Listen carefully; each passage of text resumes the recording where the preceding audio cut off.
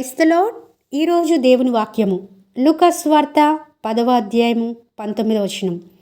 ఇదిగో శత్రు బలమంతటి మీదను మీకు అధికారం అనుగ్రహించి ఉన్నాను. ఈ మాటలు ఎవరిని ఉద్దేశించి పలుకుతున్నారని చూస్తే యేసుక్రీస్తు ప్రభువు తన శిష్యులను ఉద్దేశించి పలుకుతున్నారు. అంటే తన శిష్యులుగా చేయబడ్డవారు మాత్రమే వారి శత్రువు బలవంతటి మీదను వారికి అధికారం దేవుడు అనుగ్రహిస్తాడని అర్థం చేసుకోవచ్చు. మరి వారి శిష్యులు అంటే ఎవరో తెలుసా అండి? యోహాను సువార్త 8వ అధ్యాయం 31వ వచనం చూస్తే, మీరు నా వాక్యమందు నిలిచిన వారైతే నిజముగా నాకు శిష్యులై ఉండి సత్యమును గ్రహించెదరు. ఎవరైతే దేవుని వాక్యమందు నిలిచి ఉంటారో వారు నిజముగా ఆయన శిష్యులుగా ఉంటారట.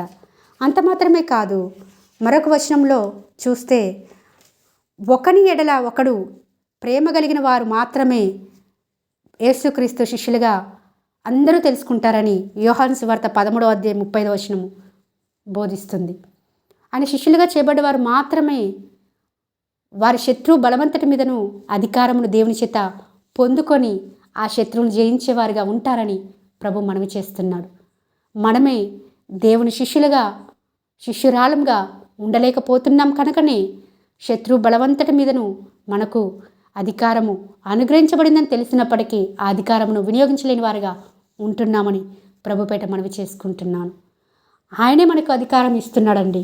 కాకపోతే మనమే దేవునికి శిష్యురాలంగా ఉండలేకపోతున్నాము. మనకు వస్తున్న శ్రమలను బట్టి, మనకు వస్తున్న భయాలను బట్టి, ఇబ్బందులు బట్టి మనమే వాక్యం మీద నిలిచి ఉండట్లేదేమో, లేకపోతే సత్యంను గ్రహించలేని వారుగా ఉంటున్నామేమో, ఒకని యందు ఒకరు ప్రేమ చూపలేని వారిగా ఉంటున్నాము.